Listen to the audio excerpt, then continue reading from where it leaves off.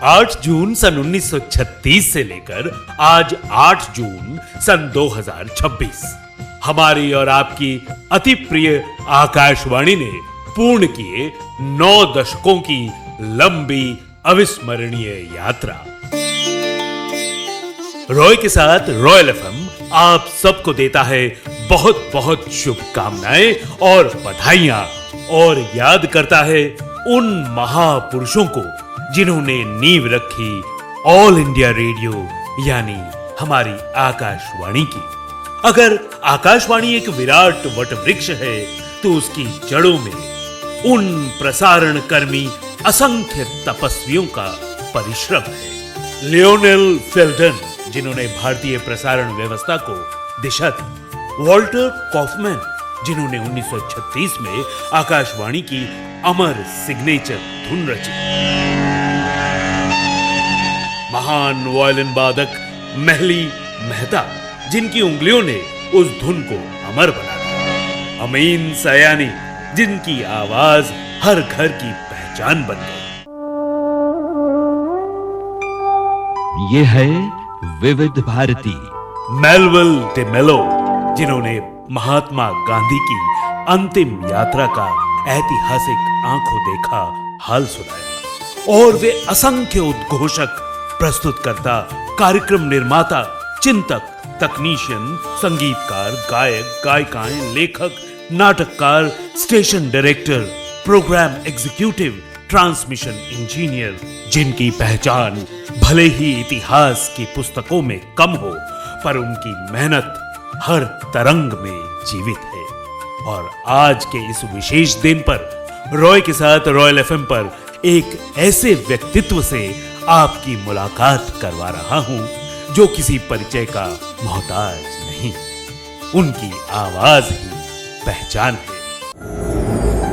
बादलों की रुई से काटती है रात बारिश के सूत, चांदनी निचोड़ती है जब दुपट्टा, छूटकर सुनहरा रंग घुल जाता है झील में। झील के उस पार महफिल जमी है जंगल की, बतिया रहे हैं पेड़ दुनिया बनने की कहानी, और नदी कूल पर पालथी जमाए पाषाण तल्लीन है लहरों का संगीत सुनने में। पहचान ही लिया होगा आपने आकाशवाणी के 9 दशक स्मृतियों में रेडियो की वो कसक। इस ऑडियो पॉडकास्ट श्रृंखला में वरिष्ठ प्रसारण कर्मी, लेखक, प्रस्तुतकर्ता, उद्घोषक और मेरे रेडियो प्रेम के आदर्श मनीषियों में से एक ब्रॉडकास्टिंग गुरु श्री कमल शर्मा जी से एक लंबी बातचीत का पहला खंड खास आपके लिए only on royal FM dip dip dip doctor Diptesh Neel Panna विक के साथ। सैल्यूट करते हुए उन तमाम प्रसारण कर्मियों को जिन्होंने आकाशवाणी को आज यहां इस मुकाम तक पहुंचाया। तो सुनते हैं क्या कहते हैं हमारे अति प्रिय कमल शर्मा जी।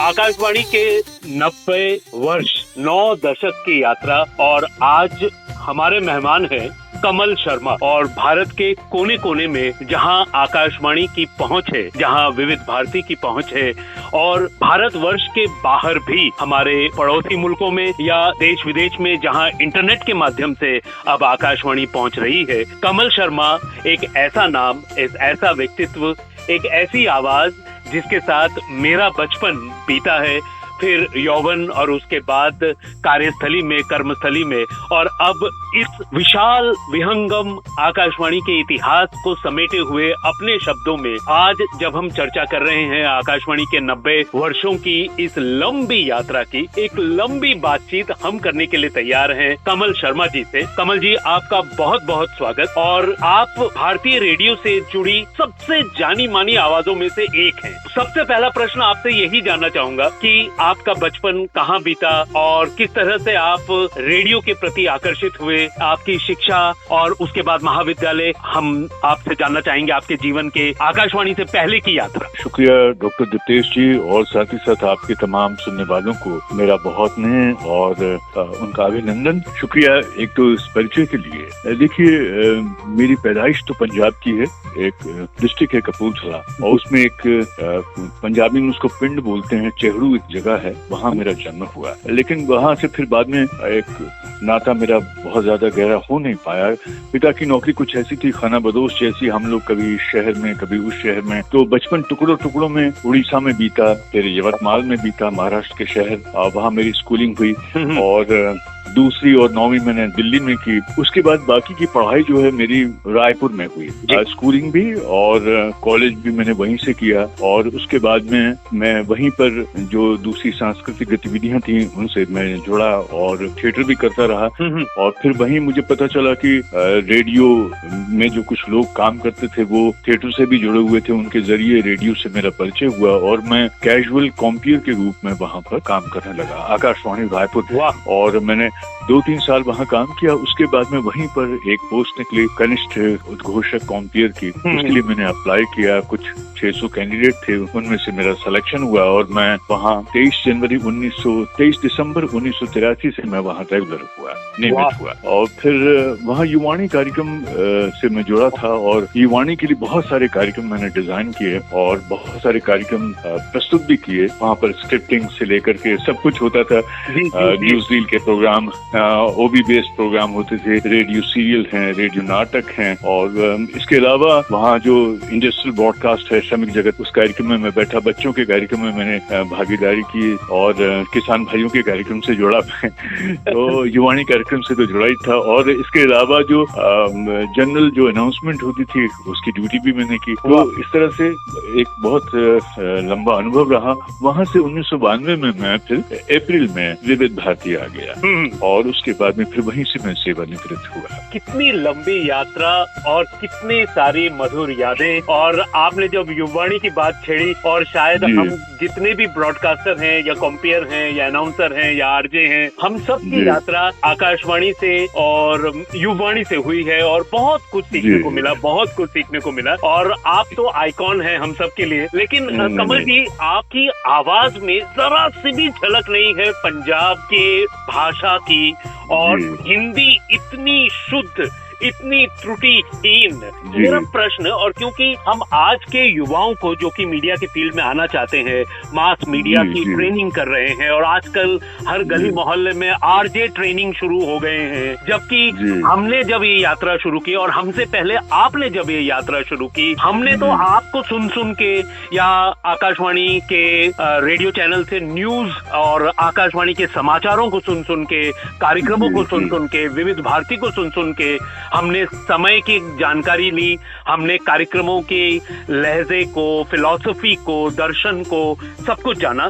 तो मैं आपसे ये जानना चाहूंगा कि ये भाषाई पकड़ जो है, ये कैसे आपने विकसित की। और एक कारण तो मैं भी मानता हूं, क्योंकि मैं भी देश विदेश में बहुत घूमा, पिताजी की नौकरी ऐसी थी, उसका बहुत बड़ा प्रभाव पड़ता है। लेकिन आपसे जानना चाहूंगा, आप बहुत एक्सपीरियंस रखते हैं, ये बताइए प्लीज। डॉक्टर दीपेश जी, ऐसा है कि मेरी माँ बहुत विदुषी थी, और वो पढ़ी लिखी थी, हिंदी साहित्य पर उनका बहुत गहरा अधिकार था। तो पहले संस्कार तो माँ से हमको मिले भाषा के, और वो उनका प्रोत्साहन बहुत था। उनके प्रोत्साहन से ही मैं फिर वाद विवाद प्रतियोगिताओं में जाता था, काव्य पाठ की प्रतियोगिताओं में भाग लेता था, और अखबारों में लिखना फिर मैंने शुरू किया, तो उनकी प्रेरणा से। दूसरी बात क्या है कि हम घर में हिंदी ही बोलते थे, और भाषा के संस्कार जिसको कहते हैं वहीं से पढ़े। लेकिन ये बात भी जरूर है कि उस समय चूंकि रेडियो एक मनोरंजन का सहज, सुलभ, सस्ता माध्यम था, तो हमारे घर में भी रेडियो एक सदस्य की तरह था, और रेडियो भाषा का गुरु भी था। आप जानते हैं हमारे यहाँ श्रुति परंपरा रही है, यानी हम सुनते हैं और उससे सीखते हैं। तो रेडियो आधुनिक श्रुति परंपरा का एक बहुत बड़ा प्रतीक है, उसका माध्यम है। तो रेडियो से हम लोगों ने भी बहुत सीखा। उस समय हम ये भी देखते थे कि रेडियो में ऐसे विद्वान आते थे, बोलने वाले, वाकई ऐसे लोग थे जिन्होंने भाषा को साधा था। क्योंकि भाषा का देखिए पहला जो काम है वो तो यह संप्रेषण का है, सामने वाले व्यक्ति तक अपनी बात पहुंचा दीजिए तो भाषा का एक काम तो वहीं पूरा हो जाता है। लेकिन जब आप एक प्रोफेशनल के रूप में आप किसी भाषा का इस्तेमाल करते हैं तो क्या होता है कि उसको आपको साधना पड़ता है ना, और उसकी जितनी भी खूबियां हैं उनका परिमार्जन करना पड़ता है। वो चीज जो थी वो एक तो थिएटर से भी सीखी और फिर कुछ अपनी लगन से और कुछ आसपास के लोगों से भी सीखा, क्योंकि मेरा मानना है कि ब्रॉडकास्टर जो है वो जीवन भर एक विद्यार्थी होता है और जहाँ से भी उसको सीखने को मिले उसको सीखना चाहिए। तो आप तो कहते हैं जैसे कि आपको अच्छा लिखना है तो आपको अच्छा पढ़ना चाहिए, तो वैसे अगर आपको अच्छा बोलना है तो आपको अच्छा सुनना भी चाहिए। तो हम लोग के लिए रेडियो एक गुरु की तरह था। उस समय जो रेडियो पर आवाजें गूंजा करती थी वो हम लोग के लिए बड़ी आदर्श भी हुआ करती थी, उनसे भी बहुत कुछ सीखा। और रेडियो में जब आए तो हमारे साथ बहुत सारे गुणीजन काम करते थे, कभी वो टोक भी दिया करते थे किसी बात पर, तो हम लोग उसका बुरा नहीं मानते थे। हमको लगता था कि ये जो चीज बता रहे हैं ये हमारे फायदे के लिए है। तो उनसे भी बहुत कुछ सीखा भाषा के बारे में। लेकिन फिर क्या होता है कि भाषा सिर्फ एक ये नहीं कि आप बोलना शुरू कर रहे हैं, क्योंकि साधारण रूप से सामान्य तौर पर हम जब बात करते हैं तो क्या होता है, फंबल करते हैं, हकलाते हैं, रिपीट करते हैं, शब्दों का दोहराव होता है, गलत भी बोल जाते हैं, व्याकरण की अशुद्धियां हो जाती हैं। लेकिन जब आप रेडियो पर बोलते हैं या वॉइस ओवर आर्टिस्ट के रूप में आप अपनी आवाज देते हैं, आप एंकरिंग करते हैं, तो आपको भाषा की उन मर्यादाओं का ध्यान रखना पड़ता है। और रेडियो हमको ये भी सिखाता है कि मौका और दस्तूर क्या, कहाँ कैसे बोलना है, किस कार्यक्रम की अनाउंसमेंट कैसे होगी, आपका पिच क्या होगा, कौन सा समय है, कहाँ आप लाउड होंगे, कहाँ आप धीरे बोलेंगे, किस प्रोग्राम के साथ का मूड कैसा है, उस मूड के हिसाब से कैसे बोलेंगे।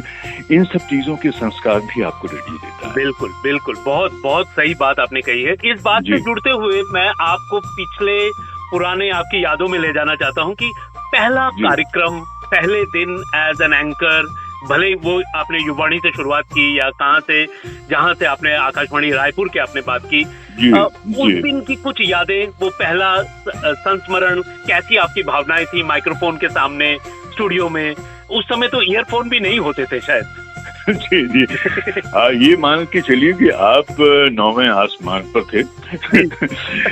क्योंकि हाँ, उसकी वो जो एक रोमांच होता है ना, गुदगुदी होती है मीठी सी, और आपको लगता है कि आपने जाने क्या हासिल कर लिया है। और जब आपको ये एहसास होता है कि इस वक्त आपकी आवाज लाखों लोग सुन रहे हैं, तो उसका एक अलग रोमांच भी होता है। क्योंकि स्टूडियो में तो सिर्फ माइक्रोफोन होता है और माइक्रोफोन ही आपका पहला लिसनर, पहला श्रोता होता है। बिल्कुल। तो और हमको ये भी सिखाया गया कि अगर आप अच्छे ब्रॉडकास्टर बनना चाहते हैं तो आप अपने माइक्रोफोन से बात करना सीखिए। तो माइक्रोफोन को अगर आपने कैरेक्टर बना लिया, वो अगर आपका दोस्त हो गया, आप उसको पिता के रूप में, दोस्त के रूप में, माँ के रूप में, जिस भी रूप में आप उससे बात करना शुरू कीजिए। बहुत सुंदर। तो जब आपका उसके साथ में एक संवाद स्थापित होता है और वही संवाद आपका फिर अपने श्रोताओं के साथ एक सेतु बनता है, उनके साथ वो आपका रिश्ता कायम होता है। तो उस दिन का जो रोमांच है वो तो मैं बयान नहीं कर सकता, बहुत ही। और वो एक और चीज मैं कहना चाहूंगा डॉक्टर साहब के, रेडियो में ऐसा था कि हमारे लिए तो वो रोज एक फेस्टिवल होता था। क्योंकि एक तो क्या है कि जब आपकी रुचि जो है वो आपका पेशा बन जाए, आपकी नौकरी बन जाए, तब तो कहना ही क्या, तो उसका आनंद और बढ़ जाता है। मतलब जो चीजें आपको पसंद है सुनना, और वो उनको सुनाना आपकी जिम्मेदारी हो जाए, आपकी नौकरी का हिस्सा हो जाए, तो आपको बताइए कितना मजा आएगा। तो ये हुआ कि वहां पर जो रचनात्मकता थी, और रेडियो स्टेशन में रोज कभी फीचर बन रहा है, कभी ड्रामे की रिकॉर्डिंग हो रही है, कभी ग्रुप सॉन्ग रिकॉर्ड हो रहा है, हम ओवी पे जा रहे हैं, रेडियो रिपोर्ट कर रहे हैं। तो क्या था कि दिन भर जो है एक रचनात्मक व्यस्तता हम लोग की हुआ करती थी, और बहुत चहल पहल, हमेशा रौनक रहती थी स्टूडियो में, स्टूडियो के बाहर, हमारे यूथ सेक्शन में। और जब आप युवाओं के साथ काम करते हैं तो उनकी जो यूथ एनर्जी है ना, वो साहब हमेशा आपको चार्ज करके रखती है। तो हमेशा आप उत्साह से, बहुत पॉजिटिव एनर्जी से भरे होते हैं। और उस जमाने में तो ये जान लीजिए कि हमारे पास में नेट की तो सुविधा थी ही नहीं, नेट आया ही नहीं था, ना स्मार्टफोन्स थे। तो अपनी लाइब्रेरी पर हम लोगों ने बहुत काम किया। लाइब्रेरी जिसको कहते हैं ना कि पी जाना उसको। तो हाँ, तो मुझे अगर कोई उस समय पूछे कि भाई वो किताब कहाँ मिलेगी, तो इस खाने में मिलेगी, वो रिकॉर्ड कौन सा है वो वहाँ मिलेगा। मतलब मुझे इस तरह से अपनी लाइब्रेरी याद हो गई। बहुत बहुत खूब। और आपने बिल्कुल ऐसे तार को छेड़ा है, मुझे आज तक याद है कि किस एलपी पे क्या फोटो होती थी, किस ईपी पे कैसा रंग होता था, या उसकी लिखावट कैसे होती थी। और कोई लोग अच्छा ये गाना मैं ही चलाऊंगा उसको अलग जगह रख देते थे, वो भी पता होता था कि किसने उसको कहाँ छुपाया है, किस प्रोग्राम के लिए। जी जी जी। तो और क्या होता था कि डॉक्टर साहब सबसे बड़ी बात ये है कि ईर्ष्या नहीं, एक रचनात्मक प्रतिस्पर्धा थी, बहुत ही सकारात्मक प्रतिस्पर्धा कि अगर उसने ऐसा कार्यक्रम किया है तो मैं उससे और बेहतर करूं। आप किसी की लकीर को काटते नहीं थे, उससे बड़ी लकीर खींचने की कोशिश करते थे। बिल्कुल बिल्कुल। तो एज ए ब्रॉडकास्टर जो है, अच्छा दूसरी बात है कि ब्रॉडकास्टिंग में आपके सामने कई बार बहुत जबरदस्त चुनौतियां आती हैं। अब तो ऐसा नहीं, उस समय तो ऐसा था कि चाहे शहर में आग लगी हो, दंगे हो, तूफान का माहौल हो, आपको रेडियो में आकर के अपनी सेवाएं उसी तरह से देनी है। घर में कई बार कोई ऐसा हादसा भी हो जाता था, लेकिन लोग अपने आप को बड़ा संयत बना करके, उनकी वाणी कहीं नहीं ऐसा लगता था कि इसके साथ में कोई बहुत बड़ी दुर्घटना हो गई है, और वो अपनी ड्यूटी पूरी करने के बाद में, या कई बार साथी जो हैं उद्घोषों को संभाल लिया करते थे, लेकिन सुनने वालों को ये एहसास कभी नहीं होता था कि स्टूडियो में क्या हुआ है। सही। आपसे ये जानना चाहूंगा कि आपके करियर के शुरुआती सालों में आपके मार्गदर्शक कौन कौन रहे, किन व्यक्तित्वों का आप नाम लेना चाहेंगे? और मैं ये मान के चलता हूँ आज की पीढ़ी को भी कुछ नाम तो याद ही होंगे, हमारी पीढ़ी को तो जरूर याद है जो इस फील्ड से हैं, लेकिन क्योंकि ये पॉडकास्ट सबके लिए बन रहा है और हमारा मेन उद्देश्य यही है कि जो आज की जनरेशन है, ये जेन जी और उसके भी आगे निकल गए हैं, जो बहुत ही ऊपरी सतह पर ही किसी कार्यक्रम को, किसी प्रोग्राम को, किसी परिकल्पना, आजकल रील फॉर्मेशन कि तुरंत कुछ भी डाल दिया जाए और उसका क्या इफेक्ट होगा, उसकी क्या सोच है, तो इतना सोचते नहीं है। जबकि हम, क्योंकि हमारे पास तो कुछ इंटरनेट, एआई, फोन कुछ भी नहीं था, हम अखबार का कोना कोना छान मारते थे, या जो हमें कोई किताब में कोई कॉर्नर पे कोई लिखी हुई स्क्रिप्ट या कोई अच्छी पंक्ति, शेरो शायरी, कविता, छंद मिल जाए, या कोई बड़े लोग बातें कर रहे हो और उनकी बात से कोई फलसफा, कोई लाइन ऐसी हो जिससे एक पूरी कहानी डेवलप हो जाए या कोई स्क्रिप्ट डेवलप हो जाए, हम लोग वो करते थे। लेकिन जो मैं देखता हूँ, या आजकल जब कभी भी मुझे स्टूडियो में जाने का मौका मिलता है, या आजकल के कंपेयर मिलते हैं, वो अरे हमने ये रील देखी थी, अरे हमने ये गूगल कर लिया, लेकिन क्या वाकई में वो सही है? समय के साथ बहुत कुछ बदलता है, मैं मानता हूँ, लेकिन आपके करियर में ऐसे कौन लोग रहे जिन्होंने मार्गदर्शन किया, और ये जो अभी पीढ़ी है, ये यात्रा आगे और 50 सालों में कैसे होने वाली है, आपने किस तरह से सोचा या इसको संकल्पित किया है? देखिए, मैं जरूर बताना चाहूंगा, और ये मेरा सौभाग्य रहा कि मुझे बहुत गुणीजन मिले। उसमें एक तो मेरे साथ जब मैं शुरुआती दौर में आया तो सुरेश पांडे जी थे, भाषा के परम विद्वान, वो आजकल पटना में हैं। उसके अलावा मैं जब कैजुअल में आता था तो लीलाधर मंडोई जी थे, जो आधुनिक हिंदी कविता का एक बहुत बड़ा चेहरा है और बाद में आकाशवाणी के महानिदेशक बने। और उस समय फिर एक जो मेरे युवाणी में मेरे इंचार्ज भी थे, मेरे इमीडिएट बॉस थे, मैं उनको भाई साहब बोलता था, श्री लक्ष्मेंद्र चोपड़ा जी। फिर उस समय तेजिंदर सिंह गगन हुआ करते थे, हरेंद्र कोटिया जी हुआ करते थे, फिर एक और हमारे जो वरिष्ठ साथी थे इला शंकर गुहा साहब। तो ऐसे बहुत सारे लोगों से सीखने का मौका मिला। और जैसे कि आपने कहा, आजकल क्या है, लोग बिना सोचे समझे कहीं से भी कोई चीज उठा लेते हैं, उसको कंफर्म किए बगैर, है ना। और रेडियो पर चूंकि दीपेश जी, हमारा देश जो है ऐसा है जहाँ पर इतना सांस्कृतिक वैविध्य है, इतनी भाषाएं, इतने मतांतर हैं, तो आपको बड़ा सोच करके बोलना पड़ता है। बिल्कुल, ये कि कहीं आपकी किसी बात से कोई किसी को ठेस न पहुंचाए। ये हमारी संवैधानिक जो संस्थाएं, उनकी अपनी एक गरिमा है। जिन देशों के साथ में हमारे संबंध हैं, जो हमारे मित्र राष्ट्र हैं, उनके प्रति भी हमारी जिम्मेदारी की ब्रॉडकास्टिंग में हम कोई ऐसी बात ना बोलें जिससे बात बिगड़ जाए। तो जैसे मैंने शुरू में कहा था कि मौका और दस्तूर आपको मालूम होना चाहिए, क्योंकि देखिए ये जो ज़बान है, ये लड़वा भी देती है, इसी से प्रेम भी होता है ना, ये गुस्सा भी दिला देती है ना।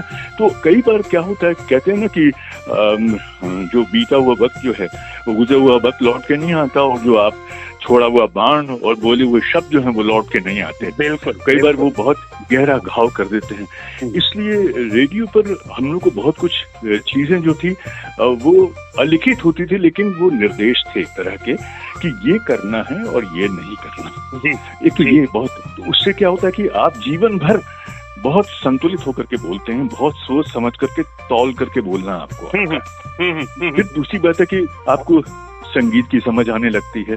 हमारा देश जो है वो इतना समृद्ध है, उसका लोक संगीत, उसका सुगम संगीत, उसका शास्त्रीय संगीत और उसका फिल्म संगीत इतना समृद्ध है। तो आपको ये भी मालूम होना चाहिए कि कब कौन सी बात की जाए, कौन सा गीत बजाया जाए। फिर एक और चीज जो है, हम लोग रेडियो की अपनी एक लैंग्वेज है, उसकी अपनी एक स्क्रिप्ट होती है ना। वहां पर हम भाषा का पांडित्य नहीं बघाड़ते, अपना ज्ञान नहीं बघाड़ते। हम इस तरह से बात करना चाहते हैं कि हमारी बात बहुत पढ़ा लिखा जो आदमी है वो भी समझ जाए, और एक जो साधारण व्यक्ति है बहुत पढ़ा लिखा नहीं है उस तक भी हमारी बात जो उसकी रूह तक, उसके दिल तक पहुंच जाए। जी, और देखिए, आकाशवाणी का सरोकार ज्यादा बड़ा था। अभी ऐसे बहुत सारे प्राइवेट चैनल हैं जिनकी आवाजें हमारे आसपास गूंजती हैं, लेकिन उनके सरोकार बहुत गहरे नहीं है। समाज के एक विशेष तबके से और बाजार की जरूरतों के हिसाब से उनके सरोकार।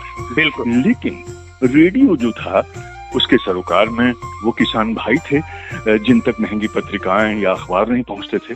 इंटरनेट में तो अब सब कुछ है, तो स्मार्टफोन से मिल जाता है, लेकिन ये मैं उस दौर की बात कर रहा हूँ जो कभी किसी आपदा में मुख्य धारा से कट जाते थे, रास्ते नहीं थे वहां तक पहुंचने के। हमारी गृहिणियां जो हमारी जो 16-16 घंटे काम करती हैं, उनको मनोरंजन चाहिए।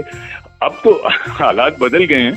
हमारे बुजुर्ग जिनको लोग उपेक्षित जैसे कर देते हैं, तो उनके लिए उनसे बात करने वाला कोई नहीं। वो बच्चे बड़े हो रहे हैं, और युवा जो जिनके पास में खूब एनर्जी है, जो कुछ करना चाहते हैं, बदलना चाहते हैं राष्ट्र को, समाज को, उनको भी एक मंच चाहिए। उनके अंदर कविता उबल रही है, नए विचार उबल रहे हैं, कुछ नए शोध जो हैं कुल बुला रहे हैं उनके भीतर, उनको आने के लिए, बाहर आने के लिए एक मंच चाहिए।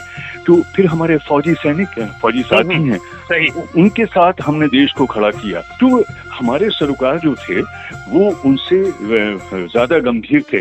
देखिए, कई बार क्या होता है, आज तो लाभ हानि का समीकरण ज्यादा देखा जाता है ना, कि भाई इस प्रोग्राम में फायदा है, इसी तरह के कार्यक्रम करो, इन कार्यक्रम को तो वो लोग सुनेंगे तो उनका परसेंटेज कम है ना। तो बाजार बहुत हावी है, लेकिन हमारे जो कार्यक्रम थे वो जनता के गहरे सरोकार से जुड़े हुए थे, और एक प्रतिबद्धता भी थी उनके प्रति।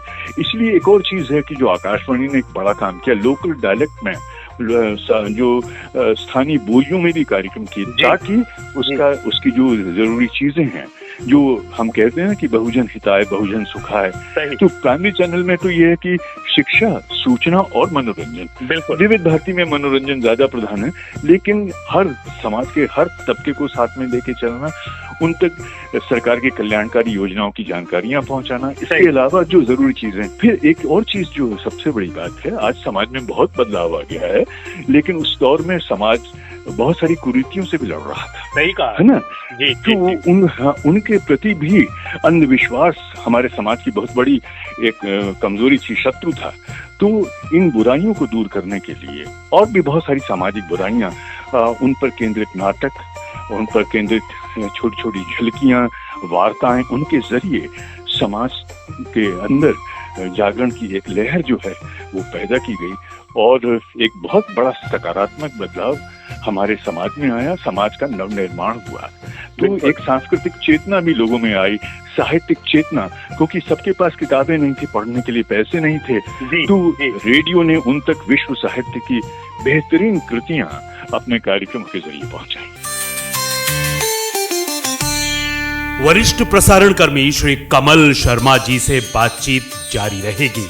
आज आपने सुना इस बातचीत का पहला अंक, और दूसरा खंड शीघ्र ही मैं आपके पास, आपके समक्ष लेकर आऊंगा, ओनली ऑन रॉयज रॉयल एफएम। आज बस यहीं तक। अगले अंक तक दीजिए रॉय दीप्तेश को आज्ञा, फिर मिलेंगे। नमस्कार। आकाशवाणी के 9 दशक स्मृतियों में रेडियो की वो कसक सुनना ना भूलिएगा।